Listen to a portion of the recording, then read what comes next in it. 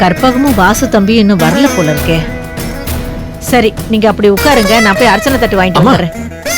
நீங்க எதுக்கு அலையணும்? நீங்க இருக்க, நான் போய் வாங்கிட்டு வந்துடுறேன். இல்ல தம்பி, நீங்க உட்காருங்க, நான் போய் வாங்கிட்டு வரேன். நீ போய் உட்காருமா, போங்க, நான் வந்துடுறேன்.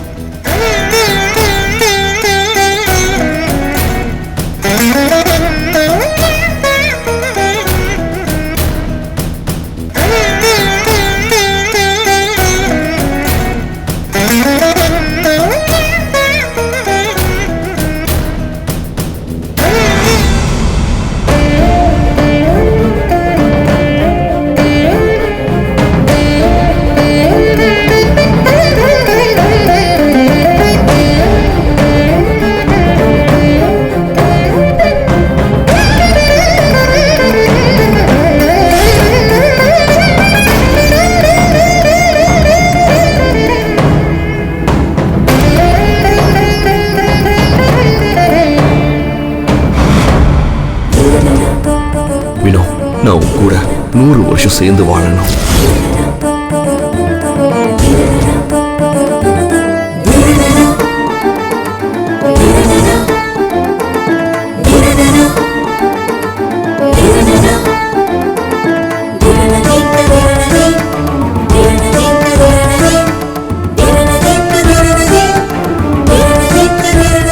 இவங்களுக்கு இந்த கல்யாணத்துல இன்னும் முழு விருப்பம் வரல போல இருக்கே.